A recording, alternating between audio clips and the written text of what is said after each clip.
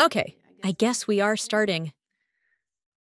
A very warm welcome to the 2024 ICRRA conference, Decolonial Practices in International Cultural Relations, Building Trust. We would like to welcome you to this second panel on disrupting epistemologies of cultural relations and policies. This is the second of 3 panels of this conference. I hope you were able to attend the previous session and will have a chance to participate in the session tomorrow. First of all, I would like to introduce myself.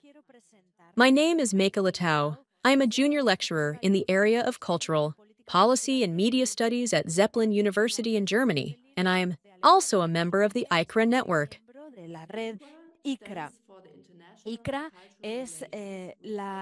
ICRRA is the International Cultural Relations Research Alliance, which is a network that brings together global researchers studying the theory and practice of international cultural relations.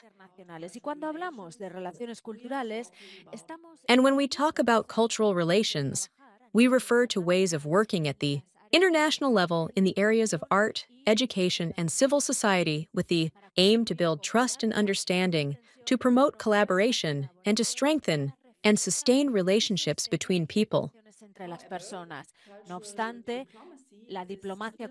However, cultural diplomacy is still largely being marked by infrastructures designed by the legacies of colonialism. And this is what we want to assess critically in our panel today. Together with 3 experts, we want to talk about how institutional infrastructures and policies that have been determined by the legacy of colonialism are now being challenged by decolonial approaches to strengthen epistemological pluralism. To work towards this epistemological pluralism, we have to disrupt existing epistemologies. Here we want to refer to Catherine Class's definition to understand what are the ruptures produced through the agency and resistance of marginalized communities, which are the places where the hegemonic approach is being questioned.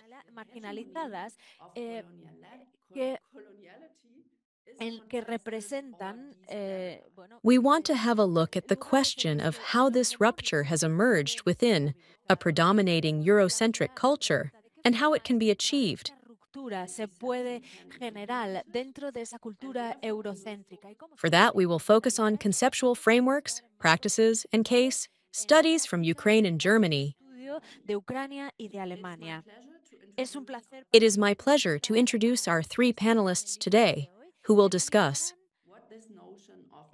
this concept of the disruption of epistemologies and what it might entail.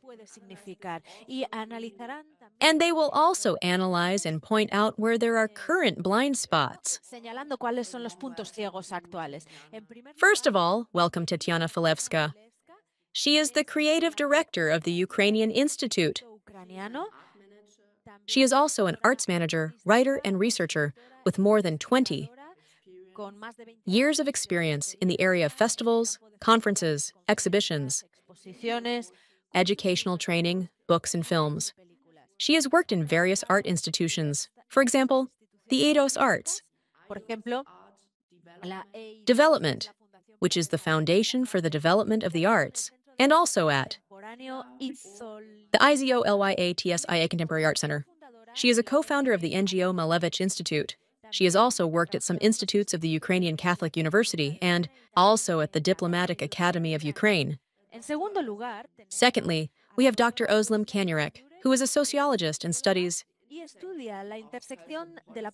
the intersection of cultural policy, politics, and education.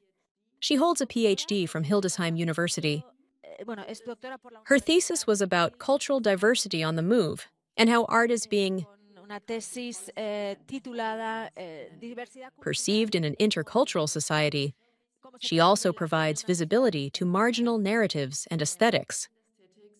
In the German cultural sphere, she has been involved in diversification processes in the performing arts, working for the German Fund for the Performing Arts, as well as for ACTJ,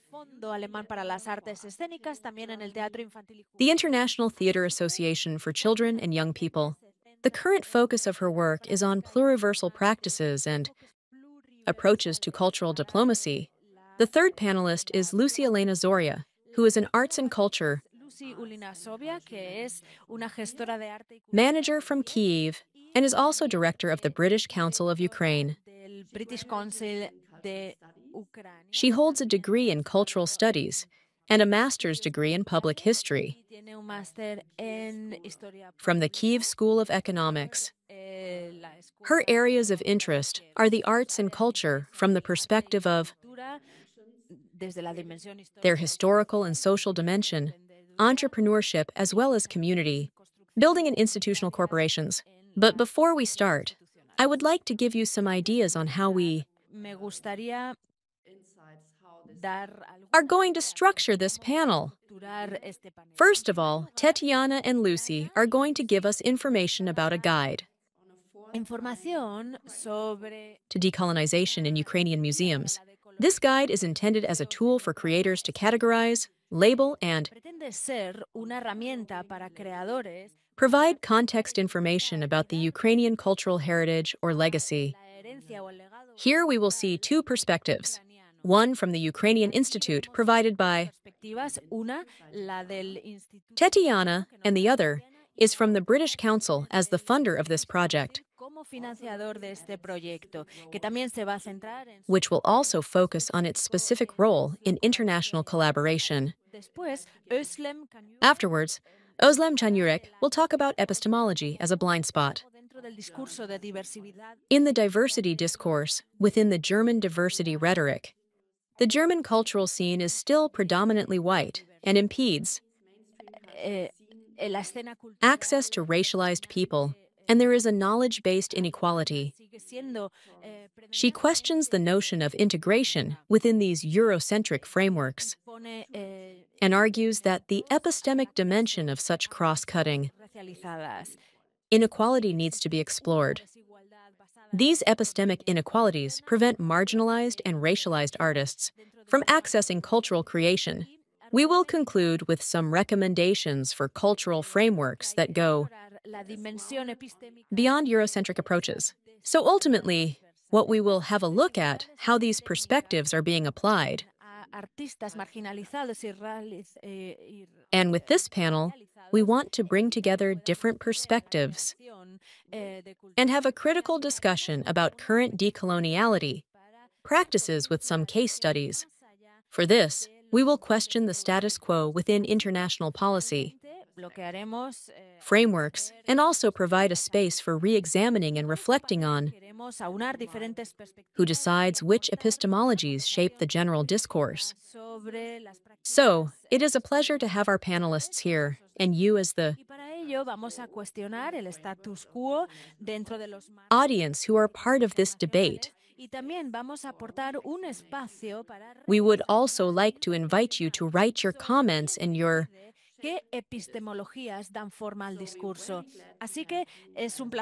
questions in the chat so that we can address them after both presentations.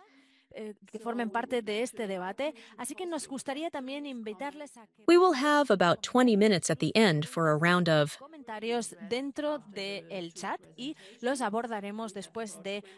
questions with the audience. This was a brief introduction to this panel from my side, but now I am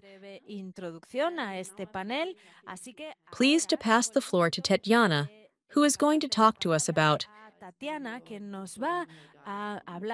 this decoloniality guide for museums. Thank you so much, Meika. My presentation, please.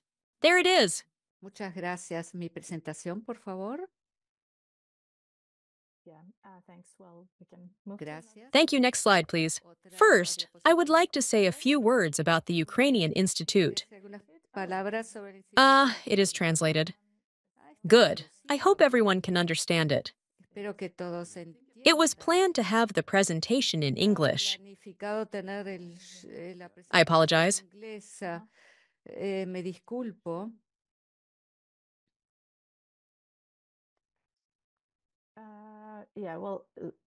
I will just start so that we don't lose time. The Ukrainian Institute is a public institution linked to the Ministry of Foreign Affairs of Ukraine, and for 6 years we have been working with other institutions such as the Goethe Institute and the British Council. Our journey has just begun. We have done quite a lot despite the short time. We are working in more than 20 countries on a regular basis, with more than 200 projects per year and a team of 50 people. We have 2 small offices in Paris and Berlin. So, if you are in those countries, you are welcome to meet my colleagues there. We work in several disciplines. Most of our colleagues are from similar institutions working in different disciplines of art, but also in the academic field where we have several programs for academic exchange. Thank you. Here is the English version. Gracias. Acá está la parte en inglés. We also have an analytics team that is involved in research at the Institute, but also works for outsourced services and research. It is very important to inform about our activities. Servicios e investigación es muy importante informar sobre nuestras actividades. One of the issues we started working on before the Russian invasion was decolonization. It was important for us to use this term and this method because it was the only way to explain why Ukraine was a blind spot to the world, despite the fact that Ukraine was there as a nation, as a culture. Ukraine did not have a continuous statehood in the 20th century. No tenía, digamos, It did exist for a while at the beginning of the 20th century, but then it was occupied by Russia. And then it was colonized by the Soviet Union for basically 80 years. Once the invasion started in 2022, there were so many questions that we received from countries from all over the world asking us what is going on and how it could be explained. Please, the second slide.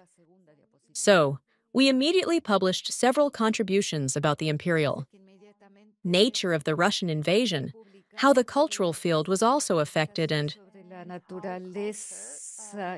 how the institutions in Russia supported the imperial worldview of Russia.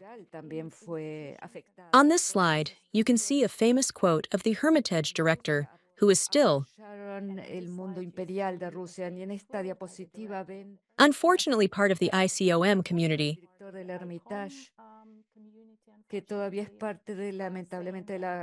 He is saying that every Russian export of culture in the world outside Russia is an operation against the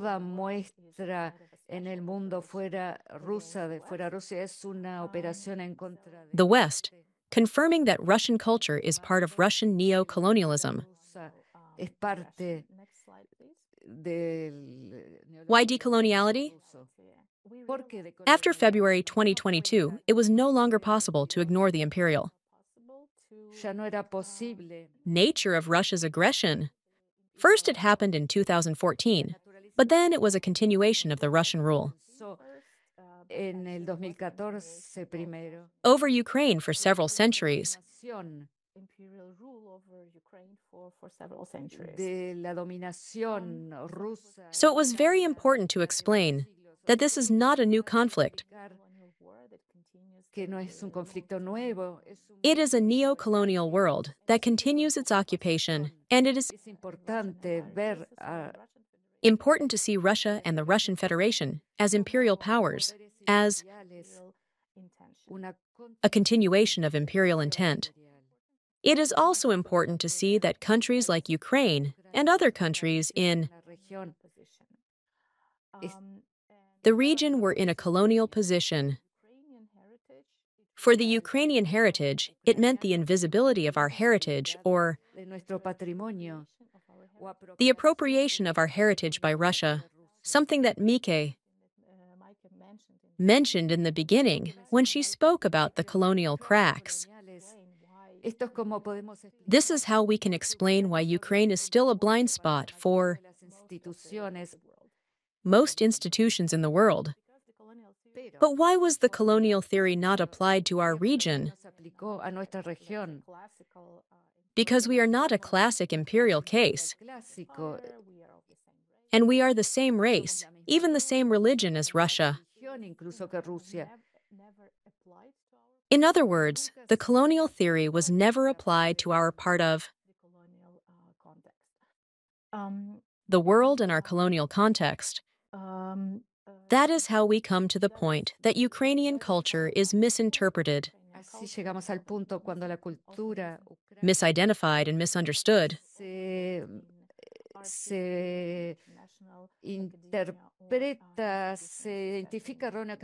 Next slide, please. Our actions were facilitated in this broad community of experts.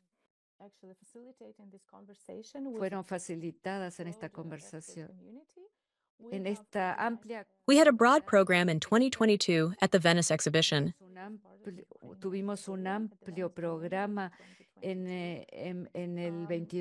We have recorded all talks that took place at our pavilion. We have more than 24 hours of debates and lectures recorded on the topic of decoloniality in the context of art at the international level in relation to Russia's aggression against Ukraine. Later on, we also had other more professional conversations about how museums can respond in this situation. They can make a difference by implementing a decolonial approach to Ukrainian heritage in their institutions. There was also a number of places where the approach was more systematic. The first exhibition was in the United States at the Museum of Modern Art in New York. It is also in the focus of everybody's attention today. Esto también es el foco de atención de todos hoy día del Museo de... I went to visit it in 2017 and saw the great exhibition of Russian avant-garde art. Vasily Borov actually spent his whole life in Kharkiv in Ukraine. And at the constructivist school. The problem was that not only was he identified as Russian, but his artwork was hung upside down. So I contacted the museum. I told them that there were several misconceptions about this artist and his artwork. And I told them to please consider these issues. I received a message from the museum saying that they were very grateful and that they want to put things right. And they did make the changes after a while. That was in 2017. After some research, I sent them an article with photos and quotes from historical sources because I am also an art historian. Next slide, please. Here, I actually showed how the artist himself was hanging up his work in 1927. You see, in the picture, it is obvious. It was also obvious for people who were familiar with the work of this artist. His artwork is dedicated to his friend Boris Kosadev. And this picture shows the Cyrillic letter B in Ukraine. For those who know the context, the language, the vocabulary, the biography of the artist and are aware of the context, this would have been obvious. It was not the case with MoMA, because they didn't have anybody from Ukraine working with this collection at their institution. So again, after I sent this article to them, I got a note that they después de enviar este artículo, de enviárselos, were very grateful for my efforts, but they didn't change anything. Now, in 2022, I knew quite a few people at the MoMA. Conocía bastante gente en el MoMA. We had several projects. In the first few days, I received a message from one of MoMA's senior managers saying that they were in solidarity with Ukraine. And this is what we can do. Make a new exhibition called In Solidarity. And they brought together all the artists who had to do with Ukraine. They were taken there. They worked with a focus on Ukraine. And Vasily Milov was there because he is an Ukrainian artist from Kharkiv. I replied to this email, thanked them, and said that maybe this is the time to consider changing the way the work is hung up. Within hours, the work was hung up in the right way. So there were some people joking that it took me 6 years of an invasion to change a work of art in a particular museum. The next slide, please. But there is still a lot of more work to do, and I won't be able to do it alone.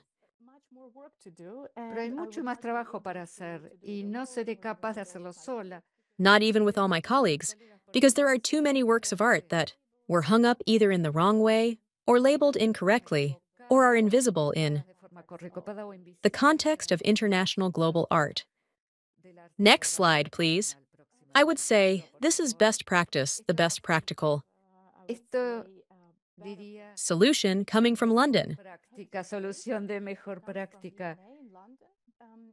At the beginning of the invasion, I had to flee Ukraine with 2 of my children. I spent a year with a family in London where I met and got to know quite a number of colleagues. One of them invited me to join her in several meetings with museums that were willing to support Ukrainian museums and asked what they can do. So we went there to meet the team and the management and gave them some advice.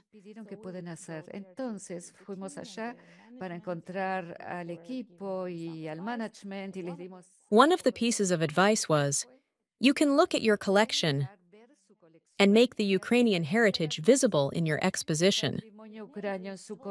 When we went there, we were told, there is not much from Ukraine that we have in our collection. So I did some research and went to their website. They have everything digitized, and I was able to find many thousands of artworks that were not correctly labeled. They were not shown as Ukrainian heritage. And there were some issues with some things, like, for example, these 2 pieces of a door, which are from one of the big cities of Ukraine.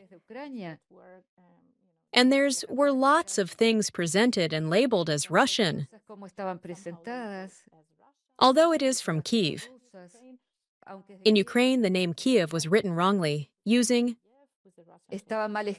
the Russian transliteration. This has already changed since then, and the issue has been fixed.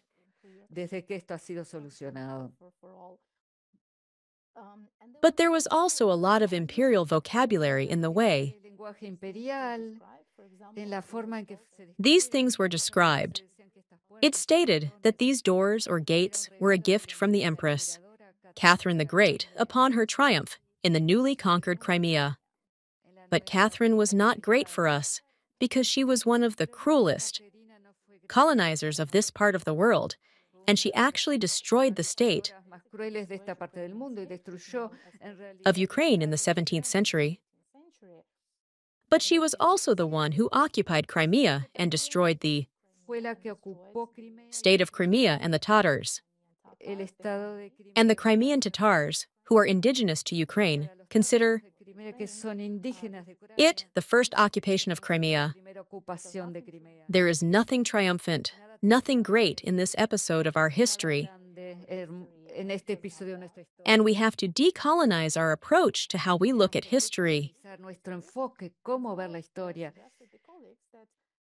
I said to colleagues, if we can look at history from a current point of view, and observar la historia desde un punto de vista contemporáneo.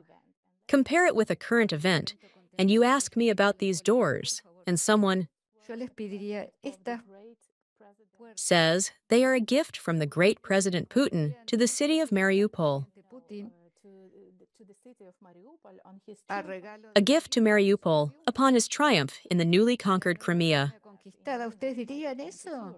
En el año This is what you would be saying in the year 2022 or 2023, after having seen Online, basically, in this war. online sobre everything that was going on, especially in view of the occupation and aggression. colegas estaban de acuerdo. They, my colleagues, of course agreed that this is in no way an appropriate language to describe the situation, but the distance of several centuries made the events of the 18th century sound less Que los eventos del siglo XVIII imperial than those of the 21st century. que los del siglo XXI. So, like I said, this was a successful case in the end. Caso de exitoso, I gave them everything, made all my suggestions to the museum, and they changed. The way these things are described, la locación principal, they added the proper location, where it came from, because on their porque en su página web dice que no website it said that they don't know, that it is a mystery how these objetos están llegando, objects came to Europe from Ukraine.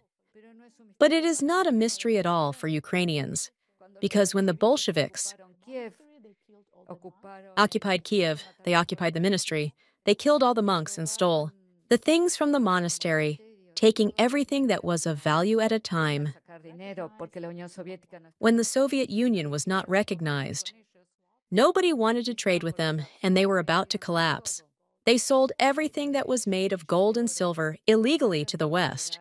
This is how the Soviet Union survived in its first year.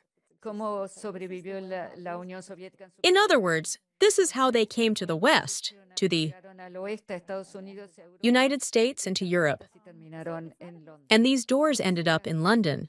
There is the monastery, and there are scholars working there. Who are working Hay with, eruditos que están trabajando, They know the history and have all the data. tienen los documentos, pueden comprobar. Do they have the documents? You can check it out.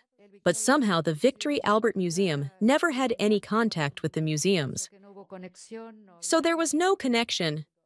hasta They did not speak to each other until a few years ago.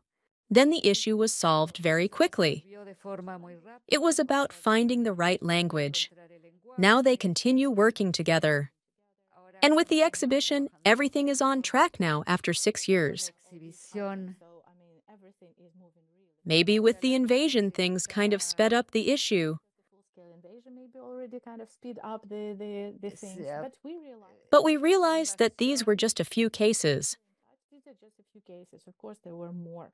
Of course, there were many more. We need a systematic. So we see that we need a systematic approach. Enfoque sistemático. Algo We need to find a way of how to deal with the heritage. para- Decolonization approach for con la de- el It should enfoque definitely be a decoloniality approach, as a general rule. una forma regular But we will work it out step by step. with our kind of involvement. And this is how the idea of the guide came up. la idea de la guía. Next slide, please. With the British Museums Association, the two countries came together. The British Council Museum Association icons of two countries came together. Se unieron We also noticed that there were some similar types of guides already there. casos de guías similares. One was for curators, and the other one was a guide on decoloniality. And So we came up with the idea of a guide in 2021, and it became a very efficient tool. Ideas fue la idea de la guía que surgió en el 2021.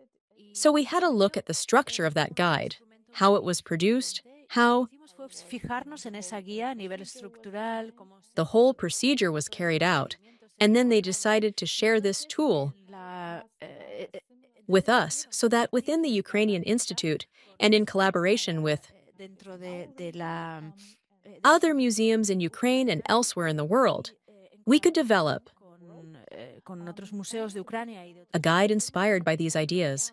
una guía And it is right now in its last phase. que está ahora mismo en su fase. The time frame for the whole guide development project was about 2 years. El And there were about 100 people, quite a lot of experts, involved in this work. There was a communication team, and a lot of work has been invested in this project,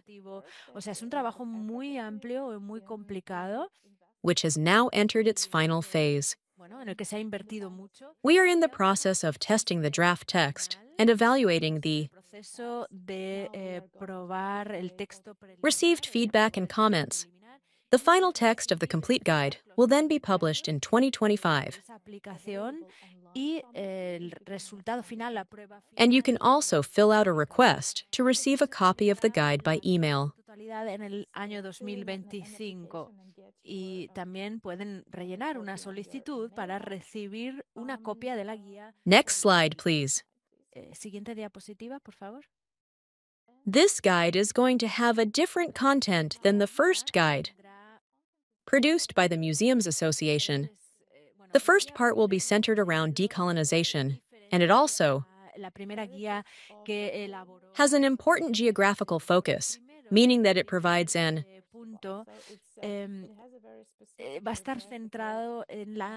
orientation for local implementation. Many people we spoke to said that this guide can also be applied as it is in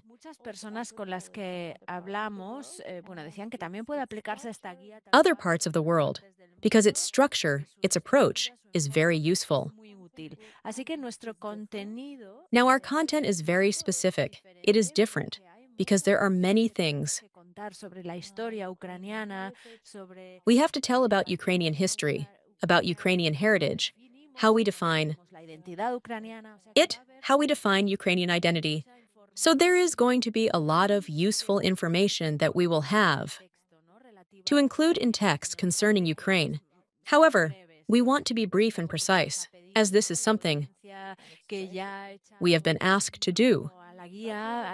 The audience that has already had a look at the draft guide has asked us to keep the texts shorter. In these texts, we also explain why the Ukrainian legacy is a blind spot, and why a decolonial approach is important in our part of the world. And we explain step by step what this decolonial transition is supposed to look like in a museum. We are considering that instead of referring only to museums, we should perhaps refer to institutions in general that preserve memory, or institutions that generate and disseminate knowledge to make it available for a broader audience, because these principles can be applied to archives, libraries, academic institutions, etc., not only to museums. And of course, we will have a very extensive bibliography, and people who are interested will be able to dig deeper. And if you want to meet fellow Ukrainian academics, or if you want to access research publications, you will find links to further reading and knowledge resources. Well, I see somebody is asking for the links in the chat. This is the QR code where you can access the form to request a copy of the guide, which will be published in January 2025. Thank you. I think that is all from my side. Fantastic. Thank you very much, Tatiana, for this very informative presentation with these case studies and how you developed the guide. I would now like to pass the floor directly to Lucy to tell us from her perspective as a representative of the British Council in Ukraine, what her experience has been in the development of this guide. Thank you very much. Thank you very much, Tatiana, for this introduction. The truth is that my position is very interesting as a representative of the British Council in Ukraine. To be working on a guide like this is very important as a cultural relations organization, but also as a founder and collaborator. And Tatiana has talked a little bit about how we have been involved in that research, looking at methodologies, approaches to develop the guide, and yes, they looked at the UK first. One important point was that the approach was to be very participatory. That was very important to us at the British Council because we have an organizational commitment to engage with and learn from Ukrainian history. At the same time, the British Council itself is also a product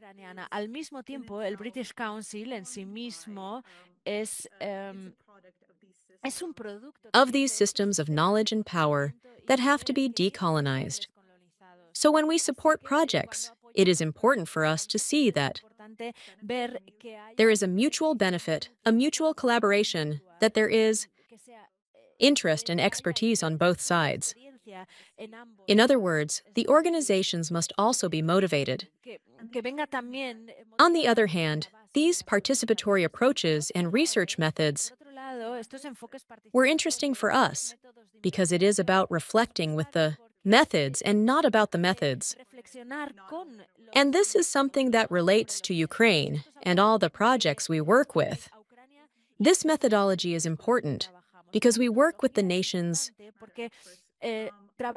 cultural experts who bring together or contribute perspectives from all kinds of cross-sectoral areas in culture, from theater, film,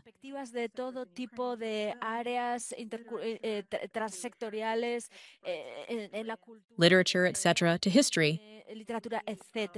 And at the British Council, we wish to include new perspectives from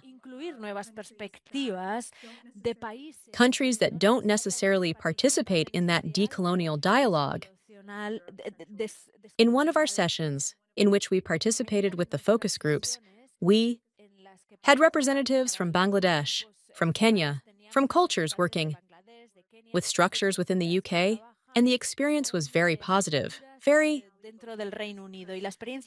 valuable, because we had representatives from so many different places who were learning from each other.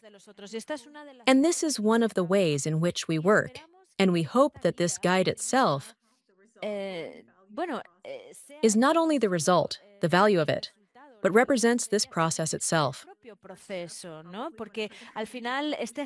Because in the end, this was a first step, just a first step that allowed us to evolve together. And apart from that, to talk about decoloniality from the perspective of the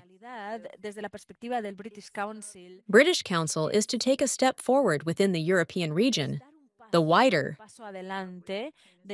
European region to which Ukraine belongs. It also includes Serbian territories, for example, which are in the Balkan and Central European regions. And somehow, a decolonial dialogue is beginning in these areas. This gives us the feeling that it can be a case study that might inspire such a dialogue to be extended to other nations that have similar historical backgrounds or to which other perspectives can be brought through such a guide. And because this can be approached from different points of view, we know the history of the UK, but we believe it is important to recognize that there is room for applying methodologies that could be useful when we apply them in new areas of work. Apart from supporting projects like these that bring experts together, it's also important to decolonize institutions, and this is done in the way we work, in the way we all work. We understand that this is a process for us, an important process, not at the level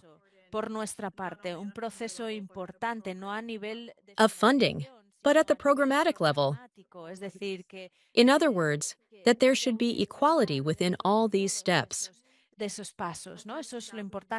That is what is important about the process. And it is important that we have recognized the need for institutional change. Our colleagues in the UK are now working with fellow experts at the Edinburgh Institute of Humanities, and are developing materials and projects following the Ukraine study. So that is the way we work. Tetiana has given us fabulous examples. But, as she said, sometimes there are no real experts working in these areas. And this is important to take into account within a decolonial framework, that we need experts within these institutions, and that there has to be cooperation to develop this framework. So thank you very much for giving me the floor. If anyone has questions, I will be happy to answer them later. Thank you very much, Lucy. I wanted to go a bit deeper into the British Council's strategies. How does the British Council work? And then, maybe you could tell us a little bit more about your role. Because the British Council is in a position of power, and it would be good to have more information on this. But for the moment, a big thank you for your input. And now, I would like to pass the floor to Özlem. I think this combination fits very well, because now Özlem is going to give us a slightly more scientific approach to the epistemic dimension of these structural inequalities. So Özlem, the floor is yours. Thank you very much, Meka. And thank you very much for that introduction, that fantastic presentation. My presentation will be short. First, I want to thank Tatiana and Lucy because they have provided us with some very practical examples, and this will allow me to explain why we need decolonial frameworks and what should be the role of cultural policies in this effort. Because there are many decolonial practices within the German context, but today I'm not going to give examples of these practices, but rather focus on the dimension of culture and cultural politics. Because it is a hidden power, it is an invisible power, it is a power that is actually visible, but it is made invisible by entertaining us with the promotion of diversity, that kind of discourse that tells us that institutions have to diversify, but actually they are not diverse. They are not really focused on structural change in the institutions themselves. So today I'm going to look at that, the dimension of decoloniality. Y hoy me voy a fijar en eso, en esa dimensión de la decolonialidad. And I will draw on empirical research on the discourse of diversity and empíricas sobre el discurso de German cultural policies to explain these processes of diversification in cultural institutions and to discuss epistemological inequalities. Over the last 50 years, there has perhaps been a very strong focus on diversification processes in cultural institutions, in publicly funded theaters, and museums mainly, which are the least diversified public institutions. And yet, these institutions remain very largely and strongly, even though there are implementation strategies and implementation models for diversification, they remain white. And I've been trying to figure out why this is the case, even though there are so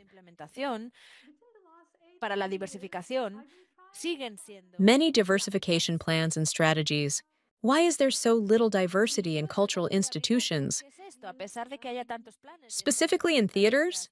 But first of all, I would like to give you a little bit of German context. En las instituciones culturales, específicamente en los teatros. Pero en primer lugar, me gustaría darles un poco de contexto alemán. We can change the slide. La diapositiva. As Tatiana said, countries have very different backgrounds. Historically and culturally, this also requires differentiated approaches. Germany is a post-migrant country. In 2023, 1 in 4 people had a migrant background. This represents almost 30% of the total population. Precisely, 29.7% of the total population. Migration scholar Fatima El Tayeb, who studies migration, tells us that La estudiosa Fátima Al-Tayeb, in the German context, this migrant background only refers to specific groups such as racially different Germans or ethnically non-white Germans.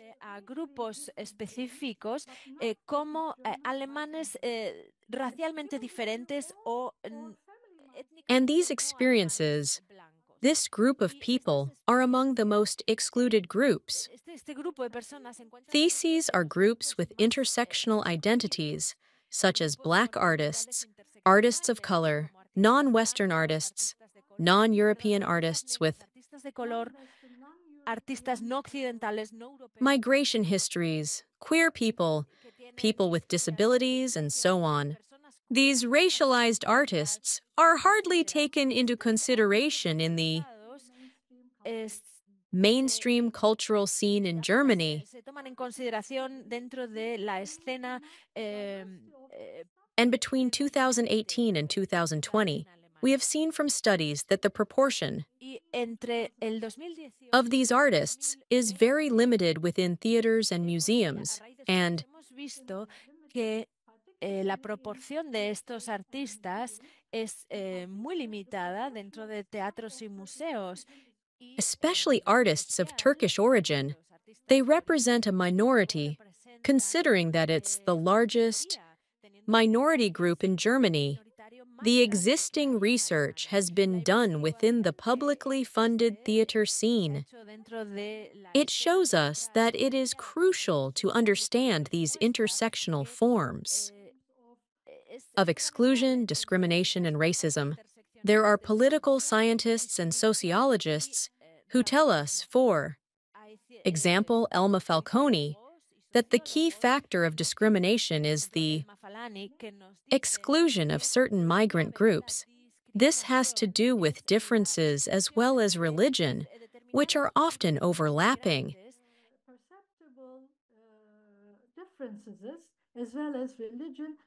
And some people are excluded because of their ancestry, their perceptible differences, as well as religion, with a lot of overlaps. And racism is rooted in historical knowledge structures, language, class and power relations. And this research has also suggested that the co-creation of culture outside of the European canon is absent. The cultural capital of artists with a migrant background is absent from the German cultural landscape, and I am referring not only to Western,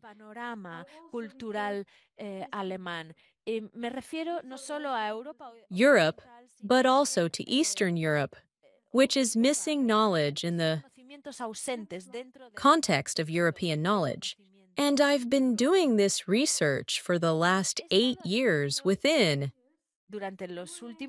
the theater scene to understand how cultural policies and their actors have perpetrated this exclusion of artists and cultural creators.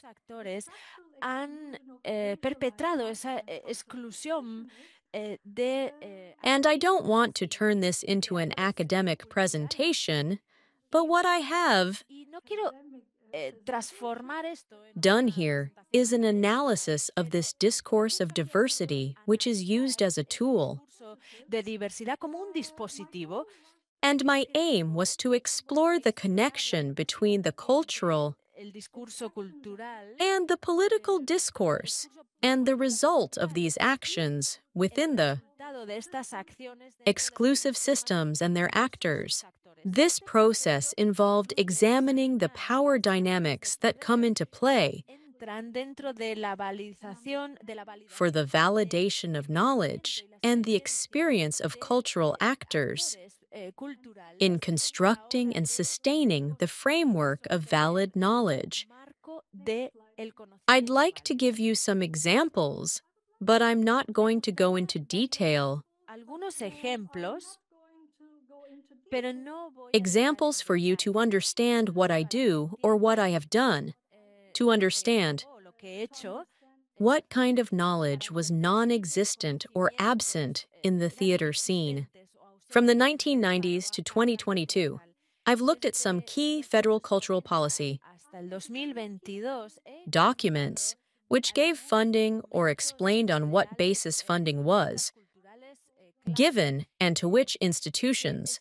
que daban financiación o que explicaban sobre qué bases. These are German social and cultural funds for different institutions,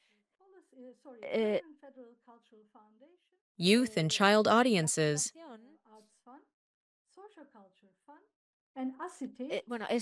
Estos son fondos. And my idea was to see what kind of narrative they supported and A diferentes instituciones, what kind of actors they supported.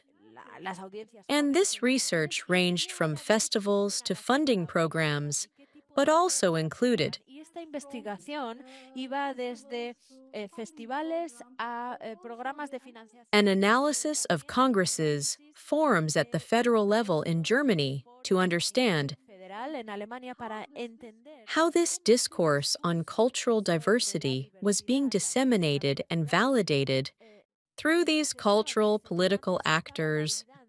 a través de estos actores. Next slide. In these different studies, what I've seen is that there were commonalities. Estudios, lo que he visto es que For example, in the 1990s, the discourse focused on the cultural integration of migrants and refugees within performative arts practices. For example, the migration scene was a social issue, a social problem.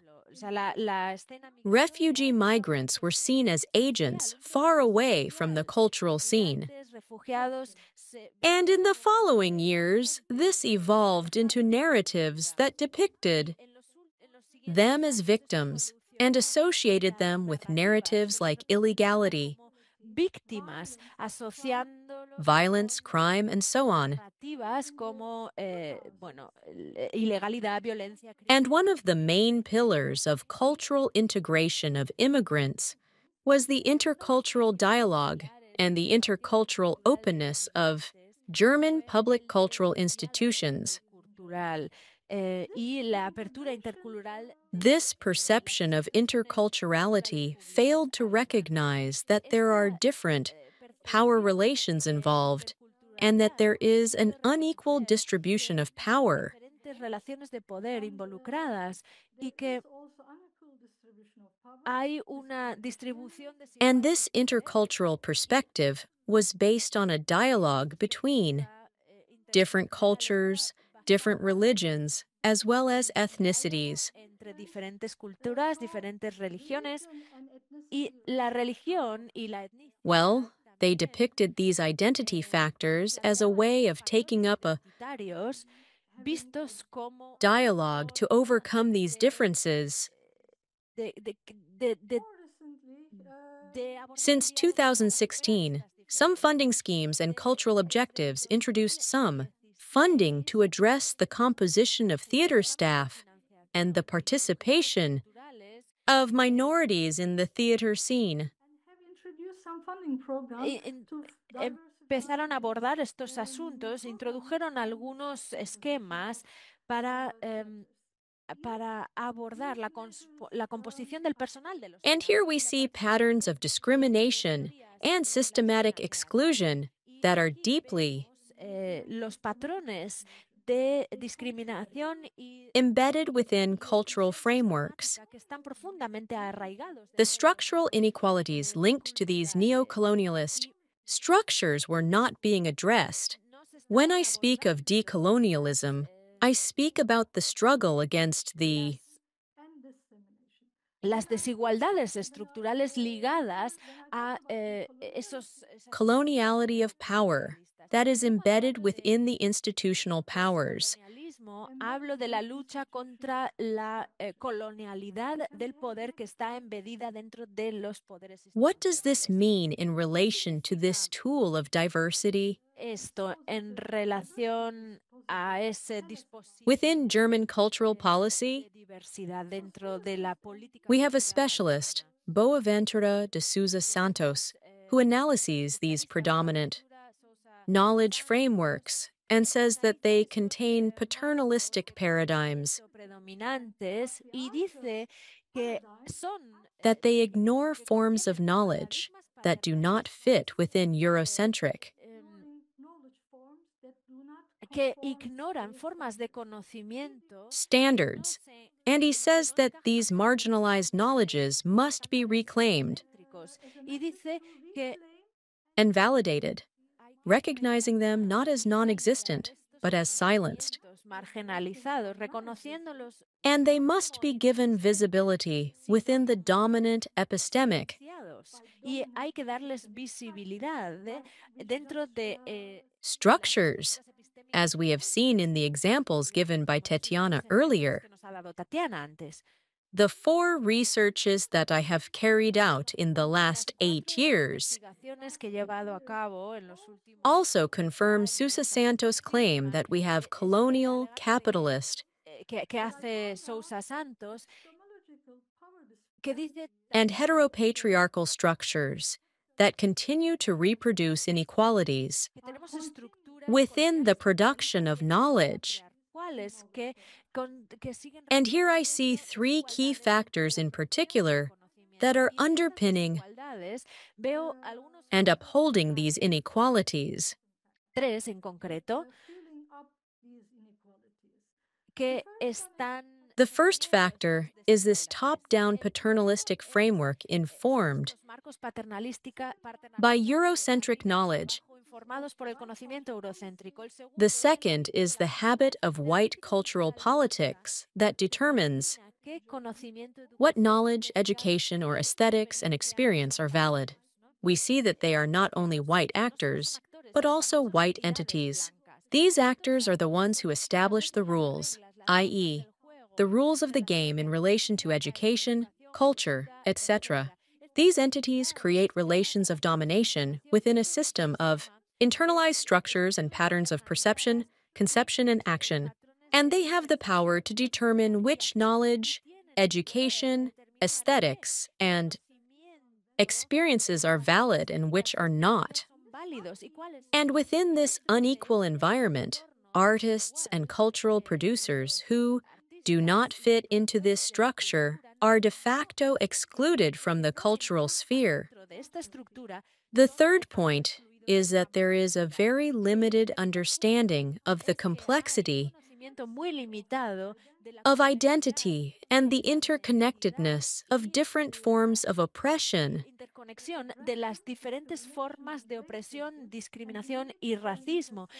Critically addresses these issues.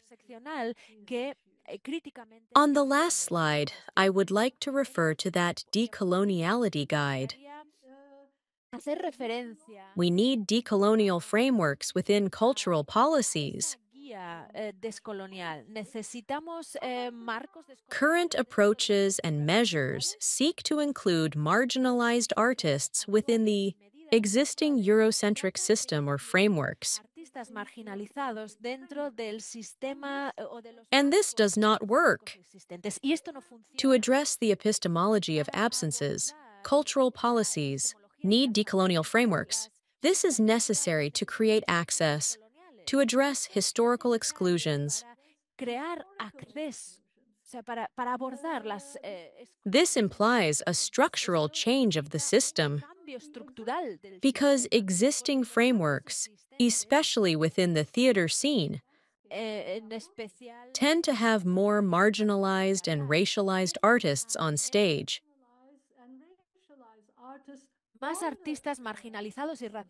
But they don't hold positions of power. They don't have decision-making power.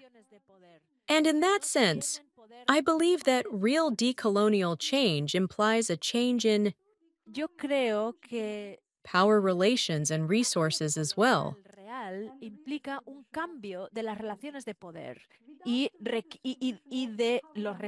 It is necessary to decolonize, which means that the decolonization of knowledge requires addressing the dimension of exclusion, discrimination, and racism. You have to consider who gets the jobs and, like, who needs just a phone call and a recommendation, and who really has to apply for a job. ¿No? ¿Quién necesita solo una llamada de teléfono y una recomendación? Who has to prove his or her validity continuously within that system? What names appear in the programs, in the librettos, in the texts? Who gets fair pay and who risks ending up on the poverty line? In other words, this implies an existential dimension within the cultural sector, and this also includes the representation of diversity in leadership positions, not only in cultural institutions, but also within decision-making organizations, such as cultural policymakers, and this requires a transformation of funding schemes and of course the programming as well. But this cannot be done without taking into account multilingualism within the programming, because when we speak of decolonial frameworks, we are referring to the validation and circulation of positionings, artists, and aesthetic languages that go beyond European ones. And this also has to do with that crack we were talking about at the beginning, with that rupture that has to aim at dealing with the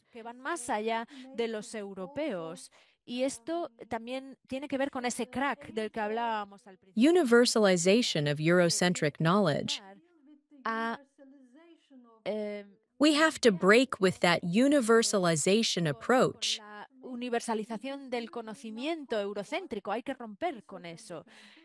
Tetiana also talked about research and documentation.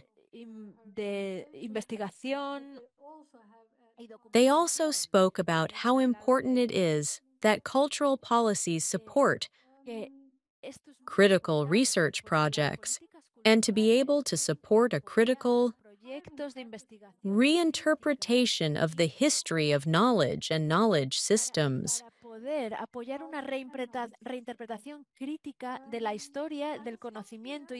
I will leave it here. And well, I'm sure we can answer more questions later in the Q&A. Thank you very much. Thank you very much, Özlem, for this very comprehensive academic talk, which ties in very well with what Tetiana and Lucy presented. I would like to ask you both to react on these proposals of Özlem and the decolonial framework for pluridiversity. But before we start, I think what these three presentations made very clear is that there is obviously a gap. Yet, there are a number of enthusiastic decolonial approaches that are already happening.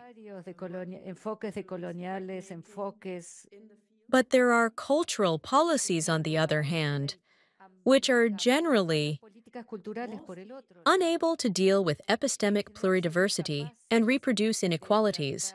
This is interesting because we have different positions on the panel here to discuss this gap. And this is what I would like to do now, to open the panel to questions from the audience. We already have a question in the chat room from Dr. Jack Barbati, and now we give you the floor to ask your question. Hi, thank you very much. Can you hear me? Thank you. This was really interesting. I work for the British Council as well, like Lucy. The reason I joined this conference is that I am one of the co-chairs of the British Council, and we are in a position to organize programs that have an impact del British Council y estamos en una posición on people with the activities and services that we provide. I just have a slightly provocative comment. But before that, I want to say that I am very concerned about the war in Ukraine, also because of my own family history in Bangladesh and Myanmar. We too are displaced persons. In my father's generation, they identified themselves as refugees. In my generation, we already feel more integrated.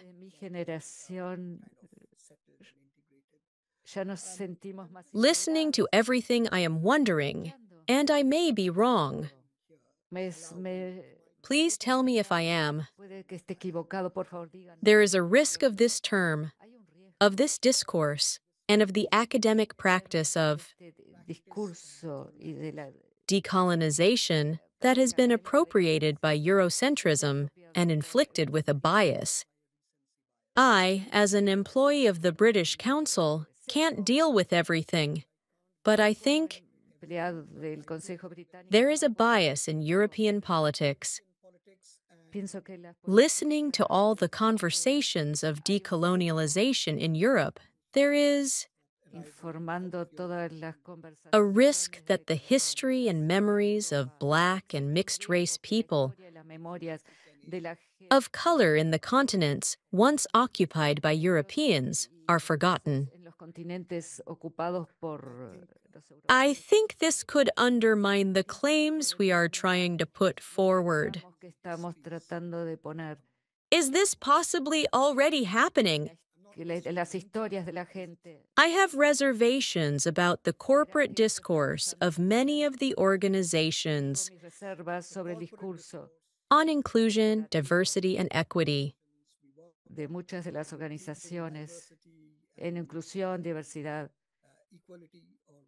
They are essentially very Eurocentric ideas. And sometimes we're trying to discuss decolonization in corporate approaches based on these terms. But all occupation and invasion is colonial. We can also look at migration from different angles. I am thinking about my own migration. My own family as a Bangladeshi migrant. Many years after the British left, I think of the Rohingya community in Myanmar who are trying to find their place in other parts of the world, which brings me back to the absences that were also discussed. And there are the links between ecology and climate change and colonization. And going beyond that, we should look at the deeper connections between cultural ideas about possessions, objects when we think about the idea of museums. It's essentially a European idea. Many colleagues, and also my Indian colleagues, comment that we are not very good at keeping museums as pristine as they should be from a cultural and historical point of view. It's a very different way of looking at the world. It is broadly accepted to hand things over. Thank you. Thank you very much. I think the question was more directed to Özlem. Do you want to answer? Thank you. Can I call you with your first name? This is a very important dimension. I also spoke briefly about whether there is a risk that the decolonization project might be hijacked. We are already in that process. In the academia, in Germany, in cultural institutions, they want to have power, be allies in the project of decolonization. I'm not against it. I want to make this clear. I am not against Eurocentric knowledge, but I am against the presentation of Eurocentric knowledge as universal knowledge. For me, decolonization is also the question of how we can include other knowledge systems, recognizing them as autonomous, valid systems of knowledge.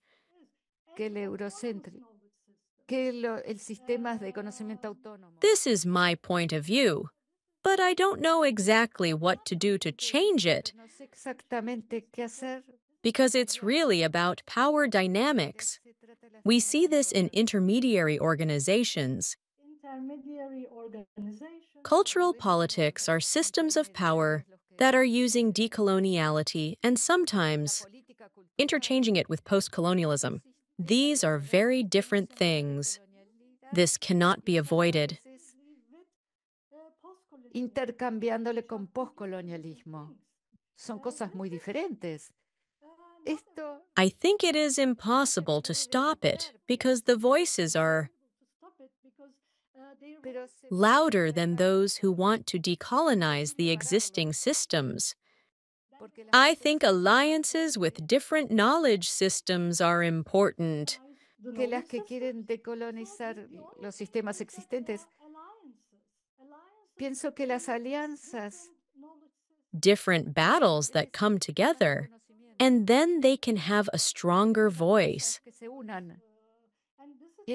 I think this is going to be the task of intermediary organizations such as the British Council or those who manage political cultures and support alliances. And then they need to stay at the back and provide solutions and provide the conditions under which they can set the framework themselves. But what happens in general is that the framework is already in place, given by these powerful positions, and it is filled with actors whose knowledge is devalued. That is not decolonization. For me, this is not decolonization, a project as it is generally understood in Latin America. It's just that we need to shake this system and ask for support mechanisms from decision makers and those who support this kind of alliances.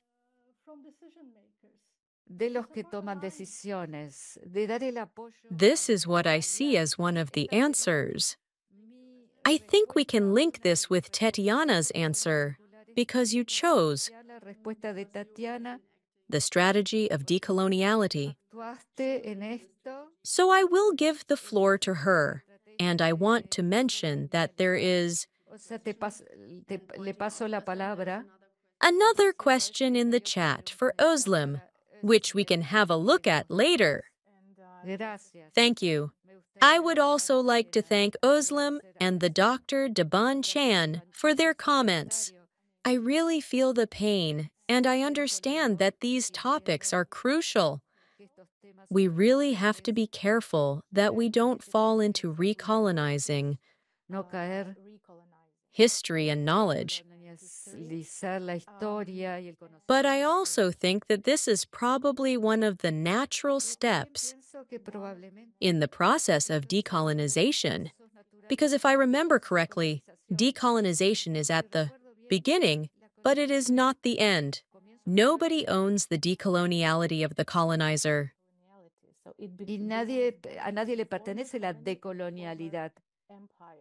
It is inevitable that there is this tension to recolonialize, because the change in approach and perception is something that can take as the change in the approach and the change long as the first previous period was. That is, as long as they were a colony. They need as much time to decolonialize. And in the same way, that has to do with the former colonizers. I think it is important to say that, but also to see it as a normal process of decolonization. Regarding colonial hijacking, I agree that Eurocentrism is one of the trends, but we must also not forget that manipulating and decolonizing is Russia's privilege, because under this word of decolonization, they are colonizing still at this moment, whereas Europe, I think, is not. Literally colonizing others in the worst sense of the word, as we all know decolonization is one of the slogans for Russia. The concept of Eurasia led Russia to get into the war against Ukraine.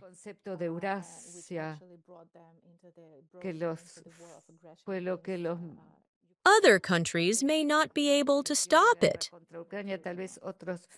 That would be my comment on what I have heard. Thank you, Tetiana. Lucy, maybe you want to answer in your role. I speak not only as a representative of British Council Ukraine,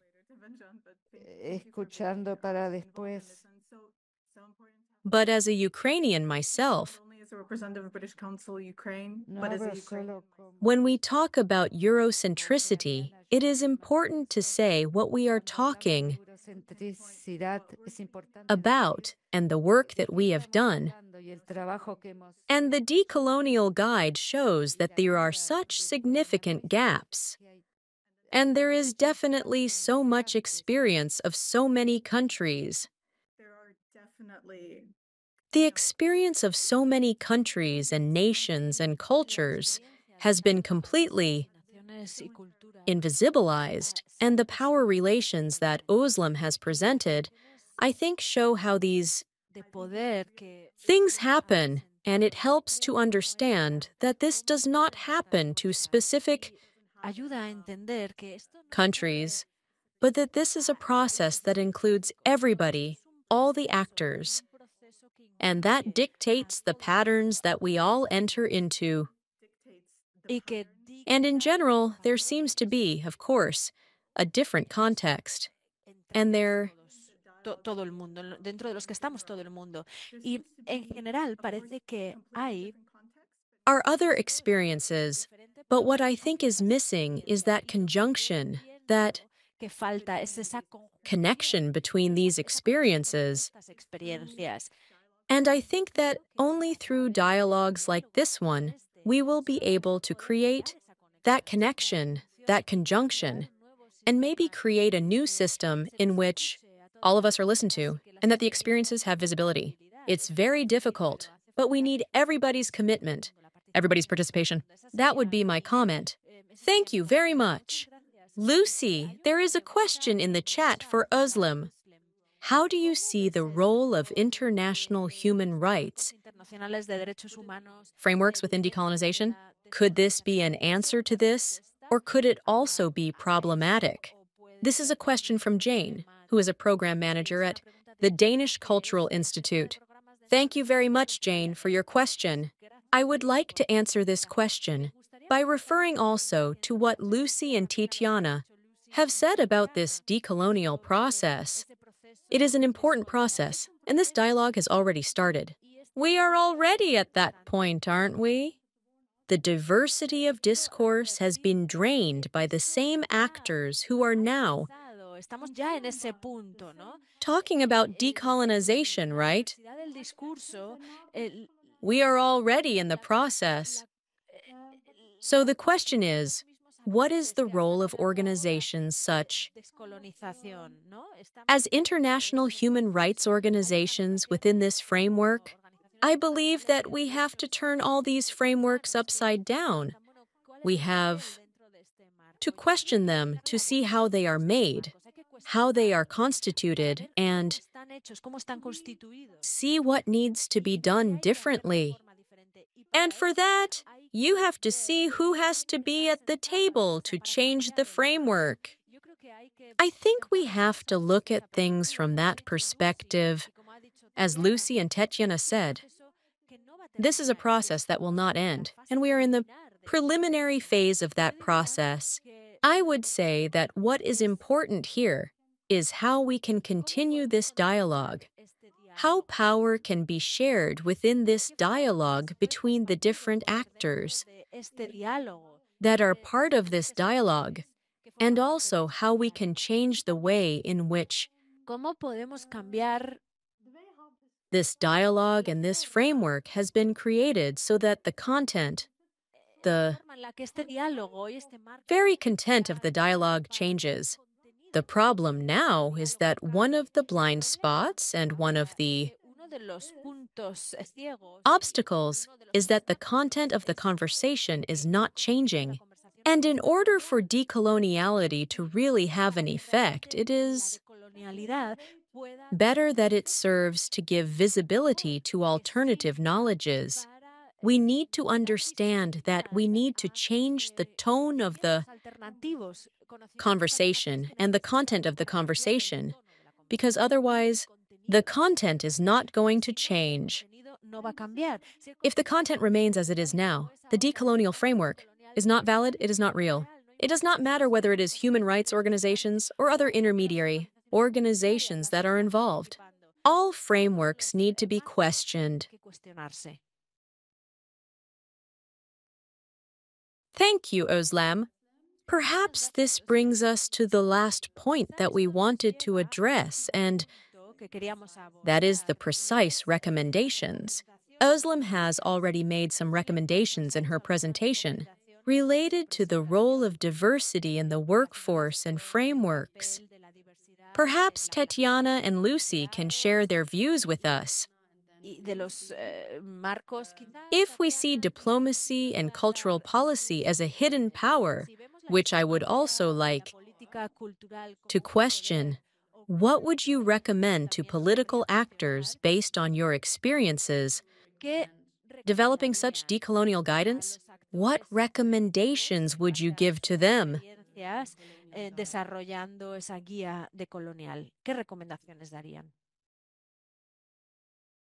I may start. So I'll start, and then after that, Lucy can complement it. First of all, I think that one of the important things that comes out of this process, and that we are happy to see, is to multiply this experience, i.e., to transfer it to other regions and countries. We have not yet finished the publication. It is not yet available, but we know that colleagues from the Baltic states have come together and are working on a similar guide to decolonize Estonia's heritage, for example, which is also invisibilized and largely appropriated by Russia. So they have entered into this process with us in collaboration, and now they have started their own process, their own initiative. And that's a good thing, isn't it? Being an inspiration for others to find this epistemic justice. It is a term introduced by a Ukrainian-American scholar who talks about this concept of coming out of the shadows, coming out of those cracks in history and knowledge, and regaining that epistemic justice. This also applied to research and territories. I think the success of this process lies in the collaboration, and I think the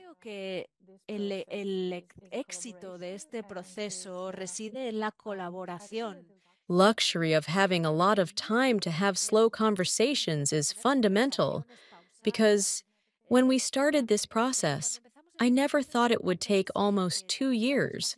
Hundreds of hours of conversations with people from different backgrounds and different experiences, and I think that the process itself is the result, because we have listened to many people. We have been able to talk to many people. There has been an exchange of perspectives, of ideas, of backgrounds, of cultural baggage, which has been very transformative for everybody. So, in the end, we now almost see that the guide itself is going to be just a small part of all these conversations. I think that was a milestone, having been able to have all these conversations. And it is going to be a very long, almost practically endless, process of decoloniality. And the question is the willingness to change one's perspective, one's approach, the way we talk, the way we do things, because I wanted to point out how these imperial structures still survive. At the beginning of the meeting, we had that poster of the event, and there were written our names. And I noticed that Lucy's name was spelled incorrectly at the bottom, and that it was written as Elena, which is the Russian transliteration. And I assume that someone who perhaps does not have the sensitivity or does not understand what our situation is, of course, with no intention to do harm, has returned us to that colonial position by simply misspelling the name of one of our speakers. I am aware that it is an unintentional act of violence, but it brings us back to a certain position. So I think we have to reflect on this and bear in mind that, of course, this is not intentional, that it is an accidental legacy of the colonial past. Thank you very much, Tetiana, for mentioning this. I am sure there was no intention to do any harm, but it is a good example to show what we are talking about. Lucy. Yes, Tetiana. First of all, it is very interesting because we see ourselves in these situations all the time, and we are aware of all the influence of people who are outside the context. And that is one of the gaps that we are talking about and that we are trying to address through policy. But this happens at the institutional level, and we have made a commitment to decolonization with both our programs and the research we do at the British Council. I can talk more specifically about how we speak in Ukraine, but it is now being driven by the actors. The context is very volatile. It is very difficult, and we don't design any program without first talking to our partners about what they need. The Ukrainian Institute has done a fantastic series of meetings to establish this strategy to work with the people from the different sectors, and from that we see that there is a need for specialists, for professionals within this area, because without these local specialists, you can't get things done. What Tetiana has told us as a researcher, as a cultural expert, all the information, everything that has come to light as a result of this project shows us the things we need to address. We see that there are things within the structures that don't work, and that's what we're trying to do: research, build collaborations, support collaborations within different institutions that serve to raise awareness. The truth is that the job is simple: work with people, support them, and ensure that they are heard and are part of the process. And that is something we try to do every day. And I believe that this is the only way in which cultural relations, and also organizations like ours, which are donors, can work.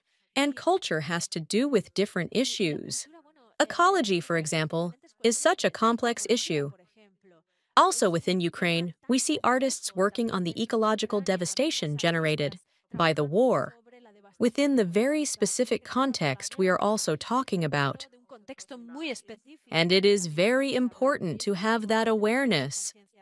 Well, I really want to thank everybody who is involved in the process and who is giving visibility to all these things. Thank you very much. I am going to hand over to Özlem for some final comments. Yeah, I'm going to be very brief because we're out of time. I wanted to thank Tetiana for pointing out those issues, like the one that you just mentioned. These are fundamental issues because for me, This is to generate that crack, that rupture. Yes, of course it's not intentional, getting Lucy's name wrong. But it's something. But talking about it is a way of generating decolonial rupture. And we must continue to do so because it is a learning process. Also for other people working inside these colonial structures. So for me, this is a positive way of dealing with these things. And it also shows us how much care the project of decoloniality needs and how urgently these decolonial cultural politics are needed. Yes, thank you very much, Özlem. I think that has been made very clear by your last comments. We are in the middle of a process that needs a lot of time, it needs care, and there is potential to multiply, to disseminate these approaches. So the only thing I can add is that this panel is the first step, and we will continue within the ICRRA network to work on this issue, and we will address it also at our conference next year. So I would like to thank all three of you, Tatiana, Lucy, and Özlem, for your time, for your input, for sharing your experiences, and for this critical assessment of cultural diplomacy. I think it is very helpful for the political decision makers here in the room and also at the research level, as well as for practitioners on the ground. We will share with them the presentations we have heard today. Many thanks to the audience for raising questions and for participating in the debate. Before I close, I would like to remind you that we have one more round, table tomorrow at 1:00 noon, Central European Time, to question the relational paradigms of exchange, which I think connects very well with the last points we have discussed today. That is, how exchange within intercultural relations is implemented, and what needs to be questioned. So you are invited. Everyone is invited to participate in the last round table of the conference at 1 p.m. And finally, many thanks to all the IFA team who organized this conference. And thank you very much for the excellent facilitation of today's event. Have a fabulous day, and we hope we have given you some food for thought today. Thank you very much. Thank you. Thank you for the moderation. Thank you for the moderation. Muchas gracias a la moderación también.